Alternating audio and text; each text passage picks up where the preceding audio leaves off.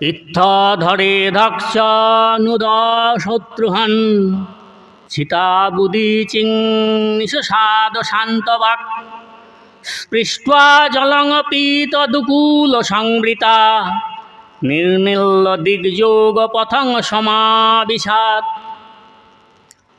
আমাদের কুলপুরুষ বাসুদেব অবতার কৃষ্ণদ্বৈপায়ন বেদভ্যাস ঋষি তার বিরচিত শ্রীমদ্ ভাগবত মহাপুরাণ গ্রন্থ রত্নের চতুর্থ স্কন্ধে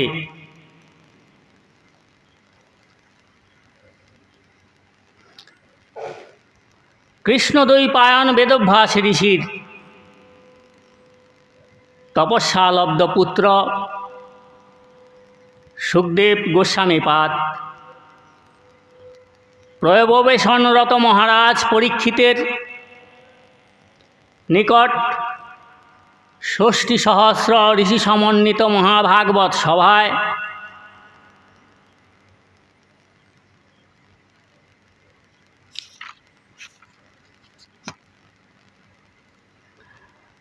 বর্ণন করছেন।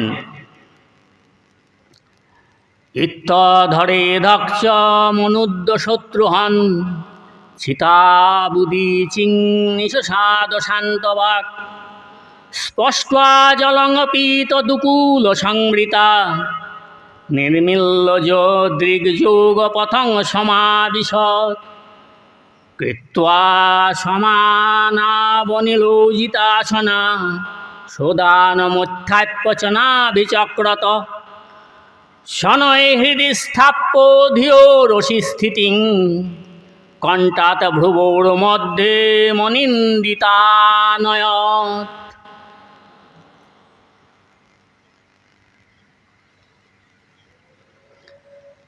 যখন ভগবান শিব পরিহাস ছলেও আপনার সাথে সম্বন্ধবোধক দক্ষায়ানী অর্থাৎ মহারাজ ধক্কের কন্যা নামে আমায় সম্বোধন করবেন, সেই মুহূর্তেই হাস্য পরিহাস ভুলে গিয়ে আমি গভীর লজ্জা এবং দুঃখ অনুভব করব। সুতরাং তার পূর্বেই আমি আপনার দেহজাত এই শবতুল্য শরীর এখনই আমি পরিত্যাগ করব।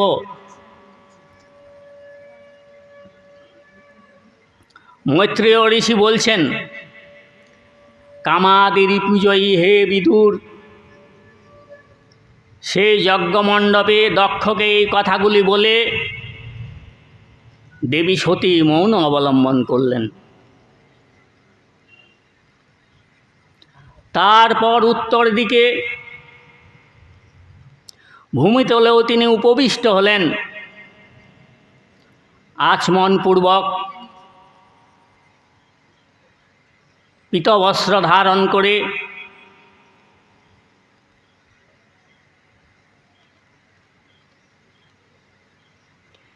নিমিলিত নয়নে শরীর ত্যাগের উদ্দেশ্যে যোগপথ অবলম্বন করে সমাধিমগ্ন হয়ে গেলেন।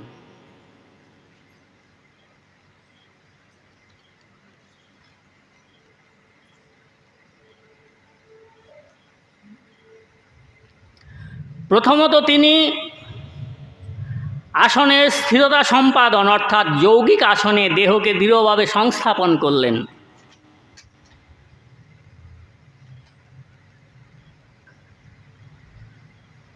এইভাবে সংস্থাপন করে প্রাণায়ামের সাহায্যে পান বায়ু এবং অপান বায়ুকে নিরোধ করে তাদের সাম্যভাব বিধান করলেন এবং সে দুটিকে নাভিচক্রে স্থাপিত করলেন। তারপর নাভিচক্র থেকে উদান বায়ুকে ঊর্ধ্বমুখী করে ধীরে ধীরে সচেতনভাবে হৃদয়ে স্থাপন করলেন। তারপর সেই অনিন্দিতা দেবী সতী সে হৃদয় মধ্যস্থ বায়ুকে ক্রমশ কণ্ঠপথে ভ্রুবুদ্বয়ের মধ্যে দিয়ে নিয়ে এলেন এবং সদেহং মহতাং মহীয়সা মুহু সমারোপিত মঙ্কারাদরাৎ জিহা সতী দক্ষরুষা মনীষিণী দদার গাত্রেশ্বনীলাগ্নিধারণাম। এইভাবে সজ্জন বন্ধনীয় যে মহাদেব তার শরীরটিকে সাদরে বহুবার ক্রোড়ে ধারণ করেছেন। দক্ষের প্রতি রোষবশত মহামনীষিণী সতী তার সেই শরীর ত্যাগ করার ইচ্ছায়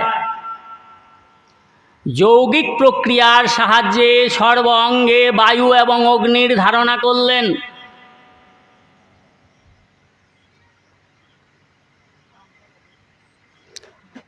জগৎগুরু তার স্বামী ভগবান মহাদেবের চরণে পাদপদ্ম দুটি সতী নিজ হৃদয়ের গভীরে ধ্যান করতে লাগলেন। তার সেই ঐকান্তিক অনুরাগ এবং ভক্তি যেন সেই চরণ কমল সঞ্জাত মধুস্রোতের মতো তাকে অভিষিক্ত করে অন্য সব চিন্তা ভুলিয়ে দিল। তিনি তখন অন্য কিছুই আর দেখতে পেলেন না। তার শরীর দক্ষ দেহোৎপন্ন এই যে কলুস্পর্শের একটি ধারণা তার চিত্তে পূর্বে উদিত হয়েছিল, সেটিও লুপ্ত হয়ে যায় এবং মুহূর্তের মধ্যে তার সেই নিষ্কলুষ শরীর যোগাগ্নি দ্বারা প্রজ্বলিত হল। ততশ্চ সা ততঃ সার্ভূতশ্চরণাম্বুজাছবং জগদ্গুরশ্চিন্তয়ন্তি চাপরম দদর্শ দেহো হতকল্মষঃ সতী সদ্ধ প্রজ্জ্বাল সমাধিজাগ্নিনা তৎপশ্যথাঙ্খে ভুবি চাদ্ভুতং মহৎ হাহেতি বাদঃ সুমহাঞ্জায়ত হতপ্রিয়ায়া দৈবতমস্য দেবী জহাবসন্নিকেন সতী প্রকোপিতা। সেখানে উপস্থিত দেবতারা এবং অন্যান্য সকলে সতীর দেহত্যাগ রূপে পরম আশ্চর্যজনক ঘটনা দেখে হাহাকার করতে লাগলেন এবং পৃথিবীর সকল প্রান্ত পরিব্যাপ্ত করে সেই মহাকলরব শোনা যেতে লাগল। হায় হায়, দক্ষের দুর্ব্যবহারে অত্যন্ত কুপিতা হয়ে দেবশ্রেষ্ঠ মহাদেবের প্রিয়া পত্নী সতী প্রাণ বিসর্জন দিলেন।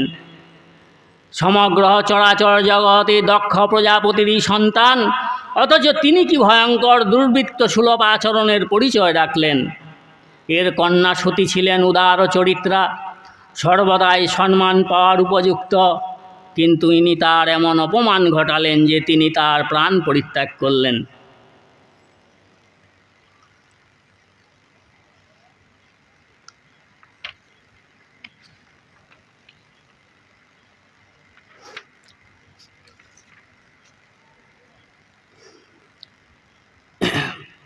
এই ঘটনা প্রবাহে দেবাদিদেব মহাদেব অত্যন্ত ক্রুদ্ধ হয়ে উঠলেন এবং সঙ্গে সঙ্গে বীরভদ্র সেই দক্ষের যজ্ঞে এসে উপস্থিত হলেন এবং দক্ষ যজ্ঞকে তিনি বিধ্বংস করলেন এবং প্রজাপতি দক্ষকে তিনি বধ করলেন।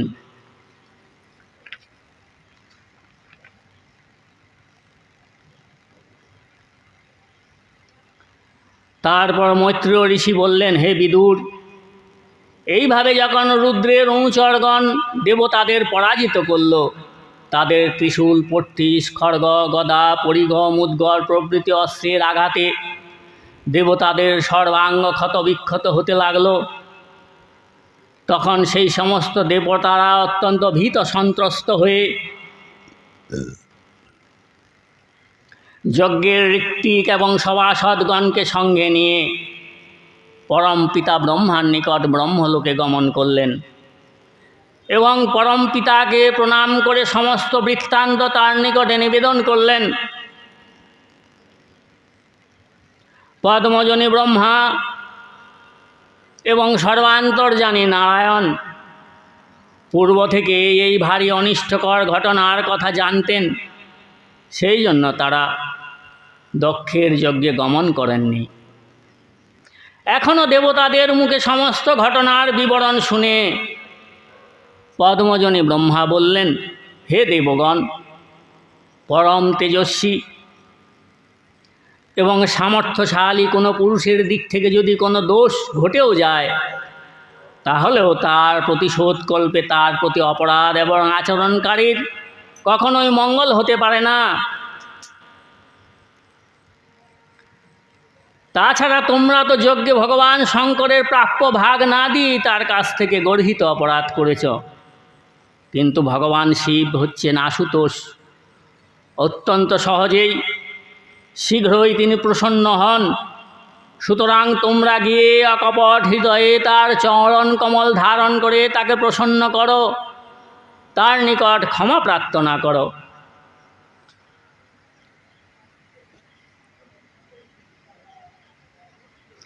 ভগবান রুদ্র হলেন পরম স্বতন্ত্র।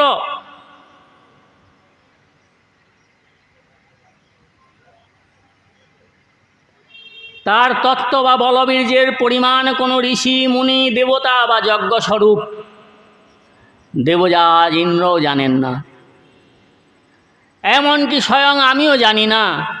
সুতরাং অন্য কোনো দেহধারীর তো কথাই নেই। এই অবস্থায় তাকে শান্ত করার উপায় কি বিধান করতে পারি?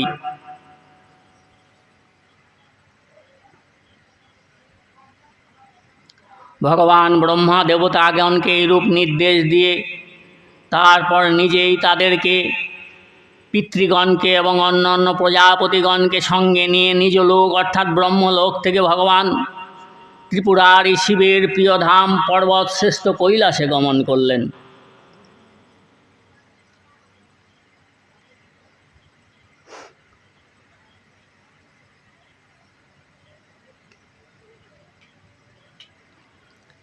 এবং ভগবান শঙ্করকে তুষ্ট করলেন।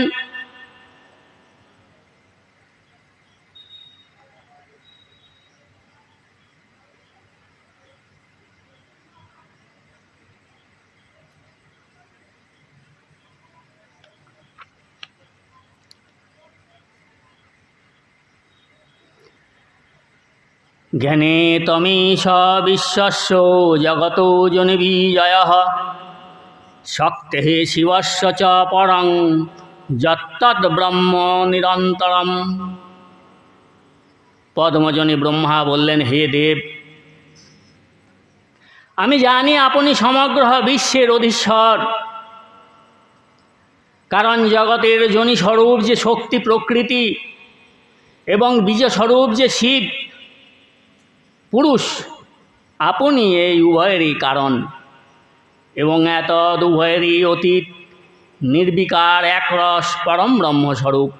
হে ভগবান, আপনারই অংশভূত যে শিব এবং শক্তি, তাদের নিমিত্ত মাত্র করে লীলাচ্ছলে আপনি নিজের মধ্যে থেকে এই বিশ্ব সংসারের উদ্ভব ঘটান, পালন করেন, আবার সংহারও করেন।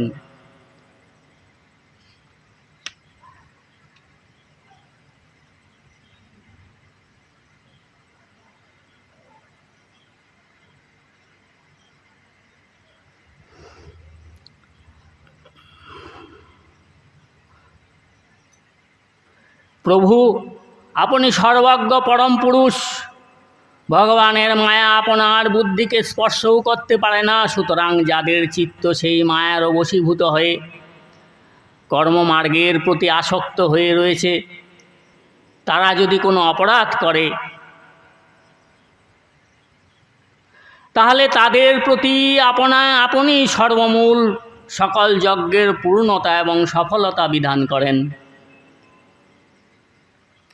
যজ্ঞভাগে আপনার সম্পূর্ণ অধিকার বর্তমান, তা সত্ত্বেও মহারাজ দক্ষ নির্বোধ যাজ্ঞিকেরা আপনার অংশ প্রদান করেননি। তার পরিণামের যজ্ঞ আপনা আপনি বিনষ্ট হয়ে গেছে। এখন আপনি কৃপা করে এই অপূর্ণ যজ্ঞের পুনরুদ্ধার করুন। হে প্রভু, এই যজমান প্রজাপতি দক্ষ পুনর্জীবিত হোক, ভগদেবতা তার চক্ষু পুনরায় লাভ করুক, ভৃগুমনের শ্বশ্রু পুনরুৎপন্ন হোক এবং পুষার দন্ত পূর্ববৎ হোক। হে রুদ্রদেব, আপনার অনুচরদের অস্ত্রশস্ত্র এবং প্রস্তরখণ্ডের প্রহারে যে সকল দেবতা এবং ঋত্বিকদের অঙ্গ প্রত্যঙ্গ ভগ্ন বা আহত হয়েছে, আপনার অনুগ্রহে তারা অচিরেই আরোগ্য লাভ করুন। হে রুদ্রদেব, যজ্ঞ সম্পূর্ণ হওয়ার পর যা কিছু অবশিষ্ট থাকে সে সবই এখন থেকে আপনার অংশভাগ হোক। হে যে যজ্ঞ ধ্বংসকারী, আপনার ভাগ প্রদান করে এই যজ্ঞ আজ সুসম্পন্ন হোক, পূর্ণতা লাভ করুক। মৈত্রেয় ঋষি বললেন, হে মহাবাহু বিদুর, ব্রহ্মা এই প্রকারে প্রার্থনা জানালে শঙ্কর পরিতুষ্ট হয়ে সহাস্যে যা বললেন। ভগবান শঙ্কর বললেন, হে প্রজাপতি ব্রহ্মা, শ্রী ভগবানের মায়ায় মোহিত দক্ষ সদৃশ অবধ্যের অপরাধ সম্পর্কে আমি আলোচনাও করি না বা সে সম্বন্ধে চিন্তাও করি না, তবে কেবলমাত্র তাদের কল্যাণের জন্যই সাবধান করে দেওয়ার উদ্দেশ্যে তাদের সামান্য দণ্ডবিধান করেছি মাত্র। প্রজাপতি দক্ষের মস্তক দগ্ধ হয়ে গেছে, এখন সেই স্থানে ছাগমুণ্ডু সংযুক্ত করা হোক। ভগদেবতা মিত্র দেবতার চোখের সাহায্যে নিজের যজ্ঞভাগ দর্শন করতে পারবেন।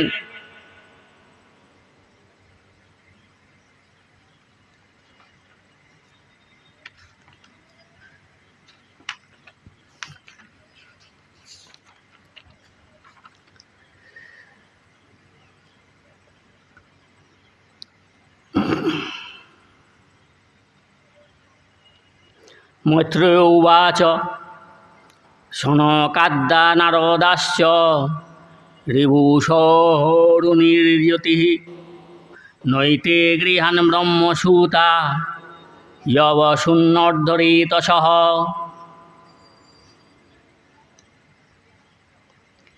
হে শত্রুসূদন বিদুর, সনকাদি চতুষ্টয় সনক, সনন্দ, সনাতন এবং সনত কুমার, নারদ, ঋভু, হংস, অরুণী, জ্যোতি, ব্রহ্মার এই কয়জন পুত্র হলেন নৈষ্ঠিক ব্রহ্মচারী। এরা গৃহস্থাশ্রমে প্রবেশ করেননি, সুতরাং তাদের কোনো সন্তানও হয়নি। অধর্ম ব্রহ্মারই পুত্র, তার পত্নীর নাম ছিল মৃথা, আর দম্ভ নামে পুত্র, মায়া নামে কন্যা জন্ম হয়েছিল। এই দুইজনকে নির্বৃতি গ্রহণ করলেন, কারণ তার নিজের কোনো সন্তান ছিল না।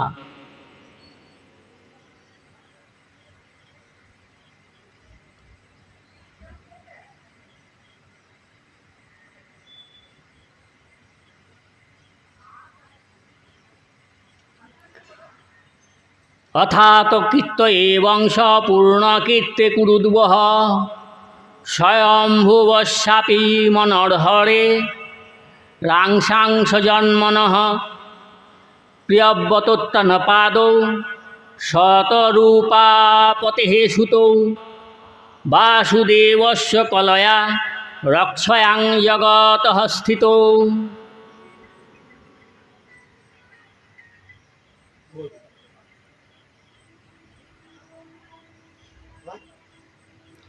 হে কুরুনন্দন, আমি এখন শ্রীহরির অংশ এবং ব্রহ্মার অংশ অর্থাৎ দেহার্দ থেকে উৎপন্ন পবিত্র কীর্তি মহারাজ স্বয়ম্ভুব মনুর পুত্রদের বংশ বর্ণনা করছে।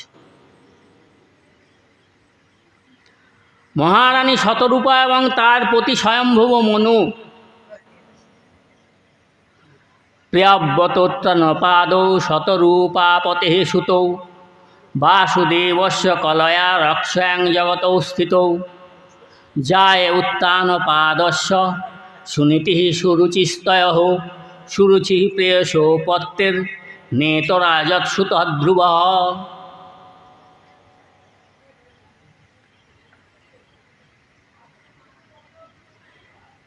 মহারানী শতরূপা এবং তার প্রতি স্বয়ম্ভুব মনু এদের দুজনের প্রিয়ব্রত এবং উত্তানপাদ নামে দুই পুত্র জন্মগ্রহণ করেন। এরা দুজনে ভগবান বাসুদেবের অংশে জন্মগ্রহণ করেছিলেন। এই জন্য এরা জগতের রক্ষা কার্যে তৎপর থাকতেন। উত্তানপাদের সুনীতি এবং সুরুচি নামে দুই পত্নী ছিলেন। এদের মধ্যে সুরুচি রাজার অধিক প্রিয় ছিলেন। সুনীতি যার পুত্র ছিলেন ধ্রুব, তা রাজার তত প্রিয় ছিলেন না। একদিন রাজা উত্তানপাদ সুরুচির পুত্র উত্তমকে নিজের কোলে বসিয়ে আদর করছিলেন। সেই সময়ে ধ্রুব রাজার কোলে আরোহণ করতে চাইলেন, কিন্তু রাজা তাকে কোনো প্রকার সমাদর করলেন না।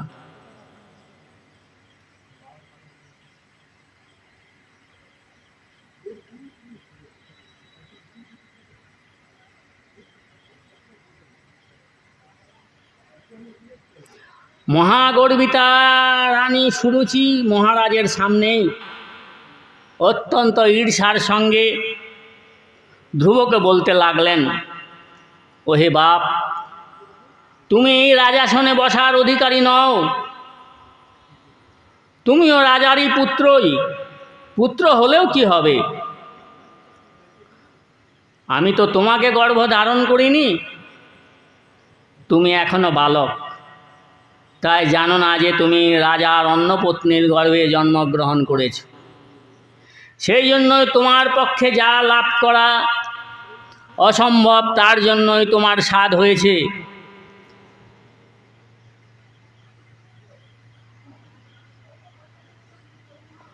তপসারদ্ধ পুরুষং তস্যৈবানুগ্রহেণ মে গর্বেত্তং সাধয়ত্রাণং যদিচ্ছোষি নিপাসনম।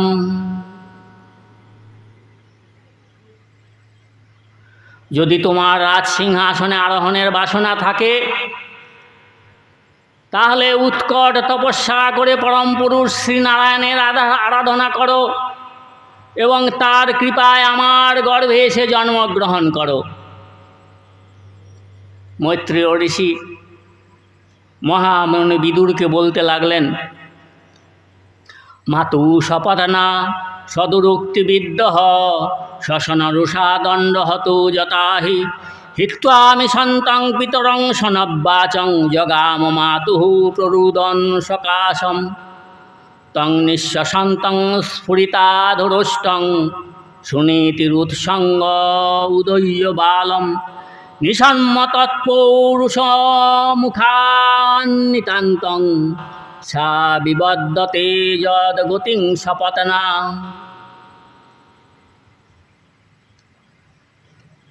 বিমাতার এই কর্কশ বচনে ব্যথিত ধ্রুবের দণ্ডাহত সর্পের মতো ক্রুদ্ধ এবং দীর্ঘ নিঃশ্বাস পড়তে লাগলো। তার পিতা সমস্ত ব্যাপারটি দর্শন করেও নিশ্চুপভাবে দেখতে লাগলেন, একটি কথাও বললেন না। তখন ধ্রুব পিতাকে ছেড়ে কাঁদতে কাঁদতে নিজের মায়ের কাছে এলেন। কান্নার আবেগে ধ্রুবের ঘন ঘন নিঃশ্বাস পড়ছিল, অধর ওষ্ঠ কম্পিত হচ্ছিল। সেই বালক পুত্রকে দেখেই সুনীতি তাকে কোলে তুলে নিলেন।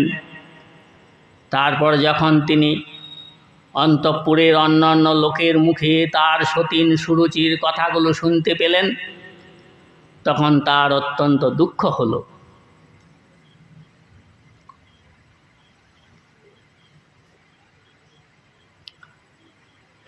আতিষ্ঠ উত্তাত বিমৎসরস্ত মুক্তং সমাত্রাপি যদব্বলিকং আরাধয়াক্ষজ পাদ পদ্মং যদিচ্ছসেধ্যাসনুত্তম যথা।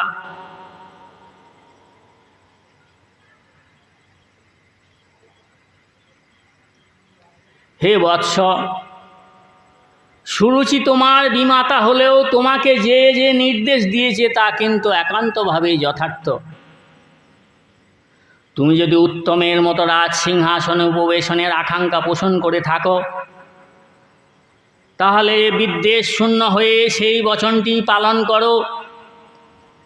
ভগবান অধক্ষজ শ্রীহরির চরণ কমলের আরাধনায় মগ্ন হয়ে যাও। বিশ্ব সংসার পালনের জন্য ভগবান শ্রীহরি সত্যগুণ আশ্রয় করে থাকেন। তারই চরণ কমলের পরিচর্যা করে তোমার পিতামহ ব্রহ্মা সেই সর্বশ্রেষ্ঠ পরমষ্টি পদ লাভ করেছেন, যে পদের বন্দনা মনোজয়ী প্রাণজয়ী মহাযোগী মহামুনিগণ করে থাকেন। সেই কারণেই তোমার পিতামহ ভগবান স্বয়ম্ভু মনুও বহি দক্ষিণাযজ্ঞ অনেক যজ্ঞের দ্বারা একাগ্র চিত্তে তারই আরাধনা করলেন। তারই ফলে তিনি অন্যের পক্ষে অত্যন্ত দুর্লভ ঐহিক এবং পারলৌকিক সুখ এবং অন্তিমে মোক্ষ লাভ করেছিলেন। তুমিও সেই ভক্তবৎসল ভগবানেরই শরণাগত হও। জন্ম মরণ চক্রের আবর্ত থেকে মুক্তি পেতে ইচ্ছুক মুমুক্ষগণ নিরন্তর তার চরণ কমলের পথ অনুসন্ধান করে থাকেন। স্বধর্ম পালনের দ্বারায় নিমিলিত নিজের চিত্ত আসনে সেই পুরুষোত্তম ভগবানকে স্থাপন করে অন্য সব চিন্তা পরিত্যাগ করে কেবলমাত্র তারই ভজনা করো। পুত্র আমার, সেই পদ্ম পলাশ লোচন শ্রীহরি ভিন্ন আমি আর এমন কাউকে খুঁজে পাচ্ছি না যিনি তোমার এই দুঃখ দূর করতে পারে। ব্রহ্মাদি দেবতারা অনুগ্রহ লাভের জন্য যে লক্ষ্মী দেবীর অনুসন্ধান করে থাকেন, সেই পদ্মহস্তা লক্ষ্মী দেবী সেই ভগবান শ্রীহরির এই অন্বেষণরত।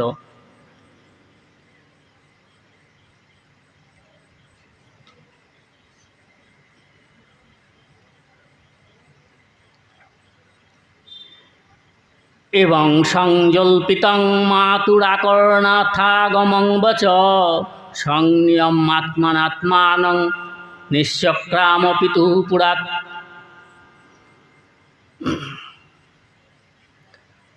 মৈত্রেয় ঋষি বললেন, হে মহামতি বিদুর, মাতা সুনীতির কথাগুলি ধ্রুবের অভীষ্ট লাভের পথ নির্দেশ করে দিল।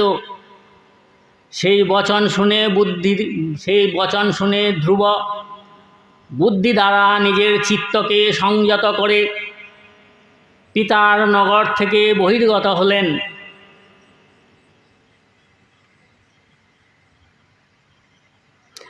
নারদস্তদুপাকর্ণ জ্ঞাত্বা তর্ষ চিকীর্ষিতম স্পৃष्ट्वा মূর্ধন্যগ্নেন পানিনা প্রাহ বিস্মিত অহো তেজ ক্ষত্রিয়ানাং মানভঙ্গমমৃষ্যতাম বালোপায়ো হৃদা ধত্তে যৎ সমাতুর সদ্বচঃ। দেবর্ষি নারদ এই বৃত্তান্ত শ্রবণ করে এবং ধ্রুব কি করতে চান তা জেনে তার কাছে উপস্থিত হলেন ধ্রুববনে।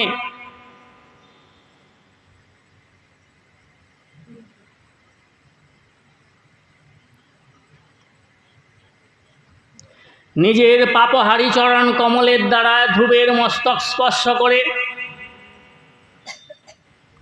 বিস্মিত চিত্তে নিজের মনেই বলতে লাগলেন, আহা, ক্ষত্রিয়দের কি অদ্ভুত তেজ! এরা সামান্যতম অপমানও সহ্য করতে পারে না। এই ধ্রুব তো এখনো পর্যন্ত বালক মাত্র, তবুও বিমাতার কটু বাক্যগুলি সে মনের মধ্যে ধরে রেখেছে।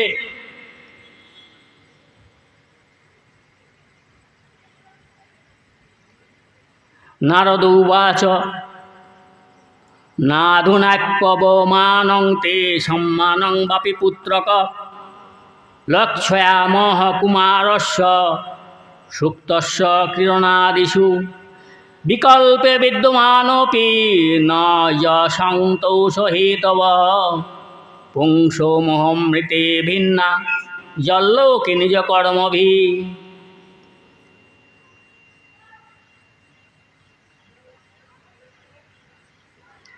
এরপরে দেবর্ষি নারদ ধ্রুবকে বললেন, হে বৎস, তুমি এখনো পর্যন্ত অল্প বয়সী বালক মাত্র, ফলে খেলাধুলার প্রতি তোমার একান্ত আকর্ষণ থাকা স্বাভাবিক।